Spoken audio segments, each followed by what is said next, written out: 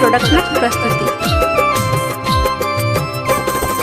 आसिन ई जोरिया में मिथिला नगरिया में पाबन को जगरा महान देखियौ न बाबा बाँटै छथि मखान, देखियौ न बाबा बाँटै छथि मखान। आसिन ई जोरिया में मिथिला नगरिया में पाबन को जगरा महान देखियौ न बाबा बाँटै छथि मखान, देखियौ न बाबा बाँटै छथि मखान।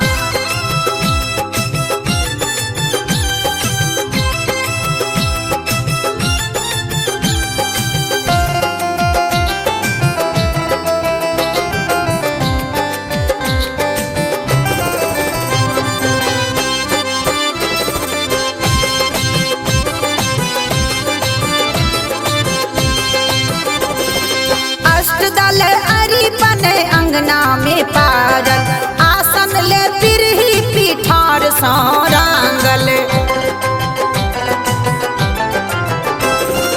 अष्टदल अरिपन अंगना में पारल आसन ले पिरही पीठार सँ रांगल। सजल धजल डाला छै फूलक माला छै, सजल धजल डाला छै फूलक माला छै।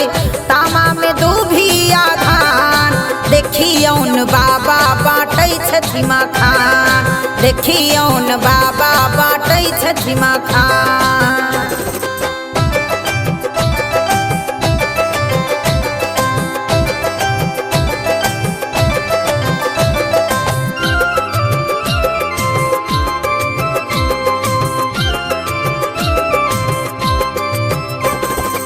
केला नारियल दहिया चूड़ा भार मधुरक पाँचोटा पूरा।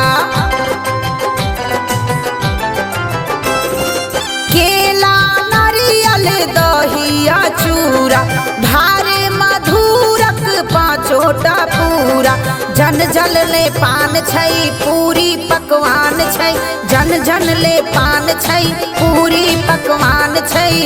एलैया सब ओरियान देखियौ न बाबा बाँटै छथि मखान, देखियौ न बाबा बाँटै छथि मखान।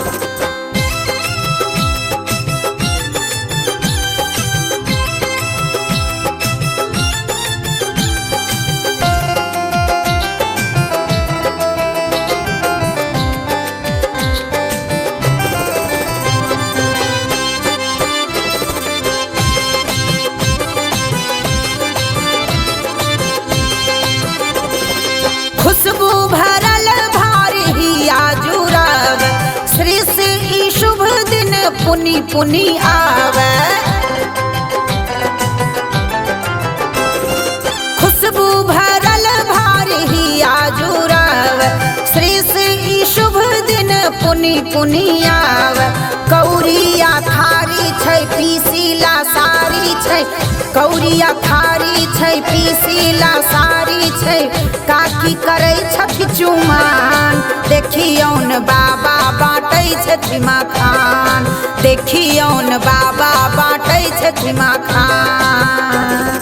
आसिन ई जोरिया में मिथिला नगरिया में पाबन को जगरा महान देखियौ न बाबा बाँटै छथि मखान, देखियौ न बाबा बाँटै छथि मखान।